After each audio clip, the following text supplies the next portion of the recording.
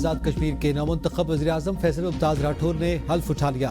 Speaker قانون ساز assembly Chaudhry لطیف اکبر نے نومنتخب وزیر اعظم سے حلف لیا۔ چیئرمین پیپلز پارٹی بلاول بھٹو زرداری بھی تقریب حلف برداری میں شریک ہوئے۔ بلاول بھٹو نے فیصل ممتاز راٹھور کو مبارکباد پیش کی۔ حلف برداری کے بعد جیالوں کے ایوان صدر میں نعرے بازی، سیکیورٹی کے سخت انتظامات کیے گئے۔ وزیر اعظم آزاد کشمیر فیصل ممتاز راٹھور نے کہا کہ عوام کو وزیر اعظم ہاؤس اور دفاتر تک رسائی دیں گے۔ ہم عوام کے حقوق کا تحفظ کریں گے، صرف عوام کی خدمت کے لیے آئے ہیں، صحت کے نظام کو بہتر بنائیں گے۔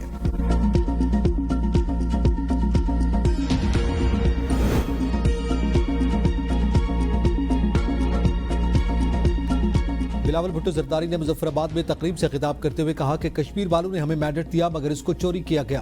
پیپلز پارٹی کو کوئی ختم نہیں کر سکتا۔ فیصل ممتاز راٹھور کے پاس جتنا وقت ہے وہ کشمیر کی عوام کے لیے کام کریں۔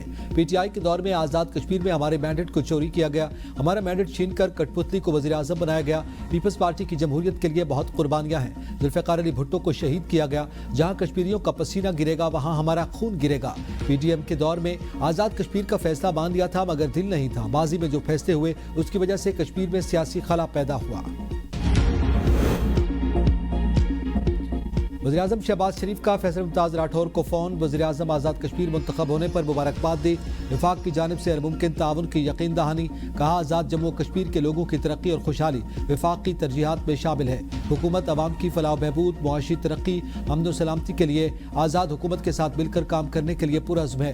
وزیر اعلیٰ سندھ مراد علی شاہ نے بھی وزیر اعظم آزاد کشمیر فیصل ممتاز راٹھور کو فون پر مبارکباد دی۔ 27ویں ترمیم کے بعد سپریم جوڈیشل کونسل اور جوڈیشل کمیشن کی تشکیل نو کر دی گئی۔ جسٹس جمال مندوخیل سپریم جوڈیشل کونسل کا حصہ بن گئے۔ جسٹس عامر فاروق جوڈیشل کمیشن میں شامل۔ Supreme court practice and procedure committee کی بھی تشکیل نو کر دی گئی۔ چیف جسٹس پاکستان نے سپریم کورٹ کے اگلے سینئر ترین جج جسٹس جمال مندوخیل کو supreme court practice and procedure کا رکن نامزد کر دیا۔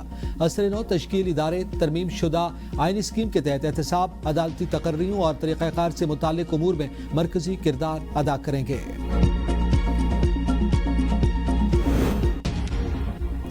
سپریم کورٹ میں پولیس افسر کی اپیل کی سماعت، جسٹس ہاشم کاکڑ کا D I G headquarter سے اہم مکالمہ، کہا شاہ خاور صاحب یہ تو آپ کے ساتھ پولیس والا کھڑا ہے، کیا یہی ڈی آئی جی ہے؟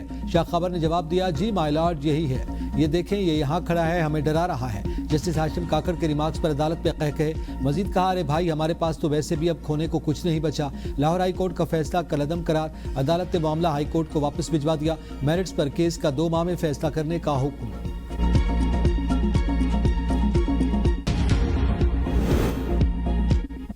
تحریک انصاف کے پارلیمنٹیرینز کے پارلیمنٹ سے سپریم کورٹ تک احتجاجی واک، پی ٹی آئی کی رہنماؤں سمیت کارکنان کی تعداد بھی واک میں شامل۔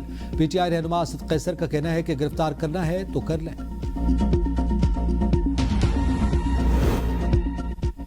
خیبر پختونخوا میں فورسز کی 2 کارروائیوں کے دوران 15 خوارج ہلاک۔ ڈی آئی خان کے علاقے کلاچی میں خوارج کے سرغنہ عالم محسود سمیت 10 دہشت گرد جہنم واصل کیے گئے۔ آئی ایس پی آر کے مطابق شمالی وزیرستان کے علاقے دتخیل میں کارروائی کے دوران مزید 5 خوارج مارے گئے۔ علاقے میں کلیئرنس اور سینیٹائزیشن آپریشن جاری۔ عزم استحکام کے تحت دہشت گردی کے خلاف بلا تعطل کارروائیاں جاری رہیں گی۔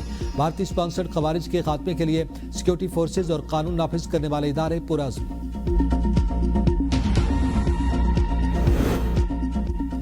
صدر وزیر اعظم اور وزیر داخلہ کا کامیاب آپریشن پر سیکورٹی فورسز کو خراج تحسین۔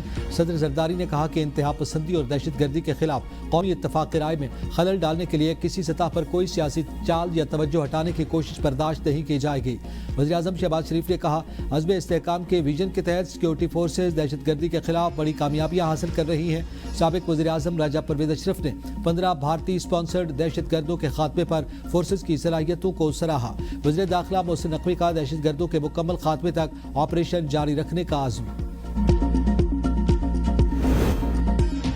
سنہرے مستقبل کے خواب لے کر برطانیہ جانے والے 2 نوجوان موت کی بھیٹ چڑھ گئے۔ افضال احمد ستی اور محمد عثمان مغل اسٹوڈنٹ ویزا پر برطانیہ گئے تھے۔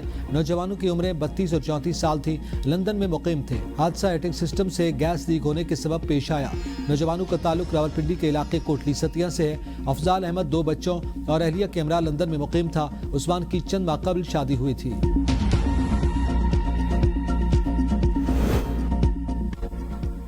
بچوں کے ساتھ بدسلوکی اور تشدد صرف جرم نہیں، انسانیت کے خلاف بغاوت ہے۔